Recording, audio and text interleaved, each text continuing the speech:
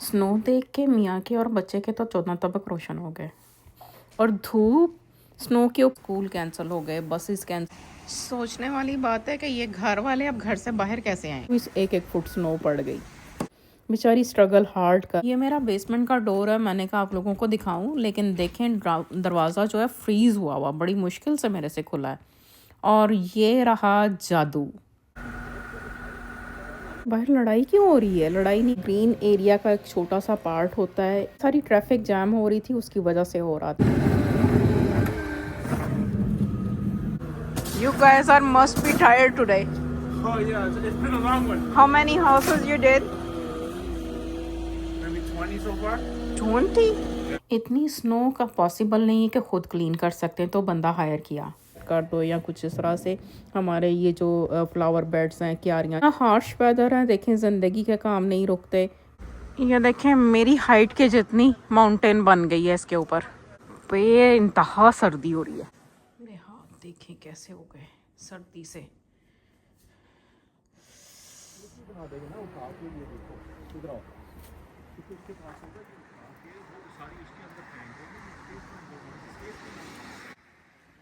मियाँ मेरे और बेटा गया बाहर के स्नो साफ़ करें जो सारी रात की पड़ी है, लेकिन उसको देख के तो उनके तो 14 तबक रोशन हो गए। फिर उन्होंने डिसाइड किया कि ये किसी को हम बुलवा के, जो ट्रक क्लीन करने वाले होते हैं ना, उनसे साफ़ करवाते हैं। ये देखें बैकयार्ड कितना भरा हुआ है, और वॉल्स के ऊपर ये जो हमारी बैकयार्ड वॉल्स हैं ना, फेंस जो भी, इसके ऊपर किस तरह से है। और मेरा पौधा इतना स्नो के वेट से बेचारा टूटने पे आया हुआ है। ये मेरा गुलाब की बेल है, समर में बहुत खूबसूरत लगती है। समर में गुलाब से ये बेचारी झुक जाती है वज़न से, और विंटर में ये स्नो के वज़न से। और धूप स्नो के ऊपर किस तरह की चमकती है, कितनी प्यारी लगती है, इसको भी आप देखें। मुझे बड़ा ही खूबसूरत ये सीन लगता था, मैंने आप लोगों के लिए रिकॉर्ड किया। और ये कुछ सिचुएशन थी, गार्बेज डे था हमारा, वो भी कैंसिल हो गया, स्कूल कैंसिल हो गए, बसेस कैंसिल हो गई।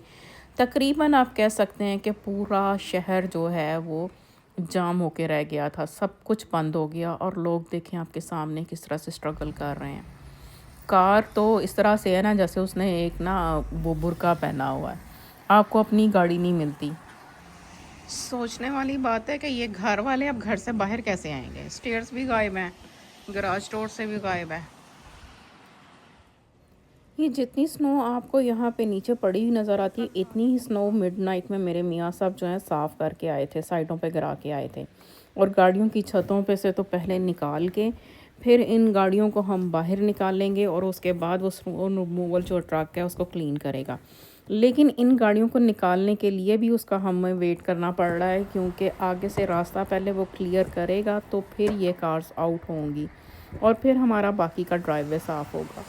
गार्बेज तो बेचारा नीचे गिर गया, और उसके ऊपर भी एक एक फुट स्नो पड़ गई। और स्नो के ऊपर चमकती धूप का अपना ही एक नज़ारा है।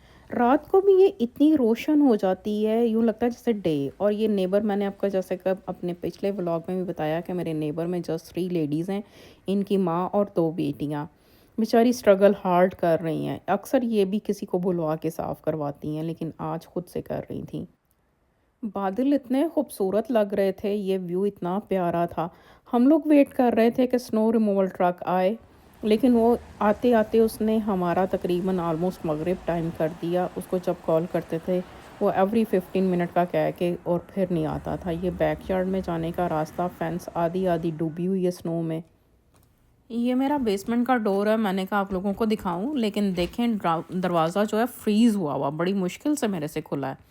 और ये रहा जादू। यानी अगर आप बेसमेंट में रहते हैं तो आप स्टेयर्स साफ़ किए बगैर बाहर जा नहीं सकते, इसमें ट्यूब का जाना ही पड़ना आपको।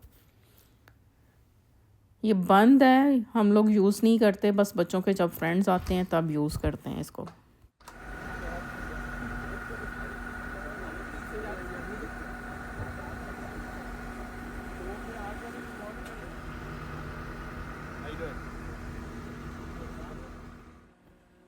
स्नो रिमूवल वाले आए तो नेबर जो के आके वहाँ पे बार्गेनिंग करना शुरू हो गए ऊंची ऊंची आवाज़ों में।